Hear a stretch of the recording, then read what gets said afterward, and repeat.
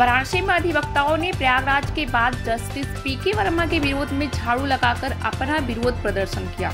अधिवक्ताओं ने कहा कि जस्टिस वर्मा की वापसी तक उनका विरोध प्रदर्शन जारी रहेगा। अधिवक्ताओं ने कहा कि उन्होंने न्यायपालिका में व्याप्त भ्रष्टाचार की सफाई के लिए झाड़ू लगाया है, जिस पर पीके शंकर तिवारी, जो पूर्व अध्यक्ष दी सेंट्रल बार एसोसिएशन है, उन्होंने क्या कहा, आइए जानते हैं।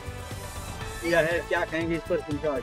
देखिए, न्यायपालिका में जो भ्रष्टाचार चला आ रहा है, इसकी मांग समय समय पर अधिवक्ता समाज अपने बार एसोसिएशन के माध्यम से उठाता रहा है, लेकिन कान में जू न रेंगने वाली स्थिति हमारे माननीय सर्वोच्च न्यायालय की और उच्च न्यायालय की रही है। जस्टिस वर्मा के दिल्ली उच्च न्यायालय के न्यायमूर्ति जस्टिस वर्मा के आवास पर जिस प्रकार से नोटों का जखीरा बरामद हुआ, या कहीं न कहीं जो भ्रष्टाचार की बात अधिवक्ता समाज द्वारा उठाई जा रही है, यह बलवती हो रही है कि नहीं, कहीं न कहीं दाल में काला है। और आनंद फानन में माननीय सर्वोच्च न्यायालय ने जस्टिस वर्मा का तबादला उत्तर प्रदेश इलाहाबाद हाई कोर्ट में कर दिया। तो क्या उत्तर प्रदेश की न्यायपालिका गंदगी को ढोने के लिए है? क्या देश की जितनी गंदगी है वो उत्तर प्रदेश में ही आप थोप देंगे? तो इसके विरोध में और हम स्थानीय लोग आज उच्च न्यायालय बार एसोसिएशन के लोग इसी के विरोध में हड़ताल पर हैं, और हम लोग स्थानीय जनपद न्यायालय वाराणसी के अधिवक्ता समाज के लोग एक प्रतीकात्मक रूप से जो भ्रष्टाचार रूपी गंदगी है, जिस प्रकार झाड़ू लगा करके गंदगी की सफाई की जाती है, उसी प्रकार भ्रष्टाचार रूपी गंदगी को आज हम लोग जनपद न्यायालय के गेट पर झाड़ू लगा करके पानी गिरा करके सफाई कर रहे हैं। और यहाँ की न्यायपालिका में भी लगभग 70% जुडिशियरी भ्रष्ट है, न्यायिक अधिकारी भ्रष्ट है। इसकी मांग समय समय पर वाराणसी के अधिवक्ता उच्च न्यायालय से करते रहे हैं।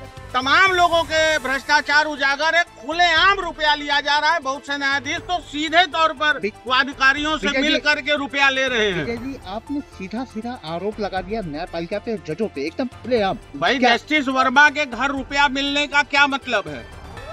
न्यायपालिका कहीं न कहीं सवालों के घेरे में आ रही है कि नहीं, और यह मांग बराबर उठ रही है।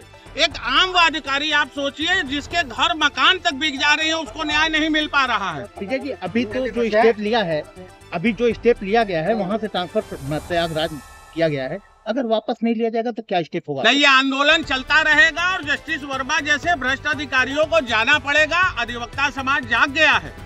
अधिवक्ताओं में इस बात की सर्वत्र चर्चा है और इसका मुखर विरोध किया जाएगा।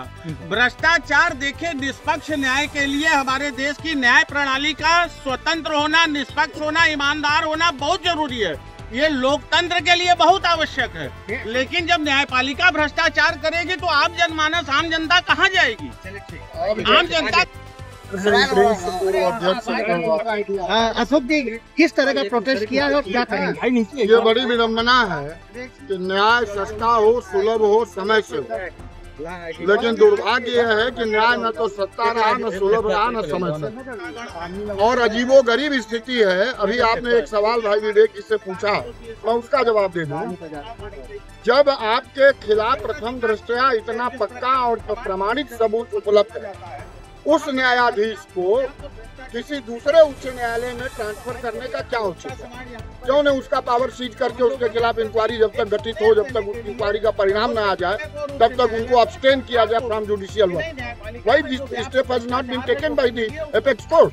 विवेक जी ने एक बड़ा आरोप लगाया है न्यायपालिका पे और जजों पे, तो इसको लेके आप ये आरोप नहीं है, ये आरोप नहीं है।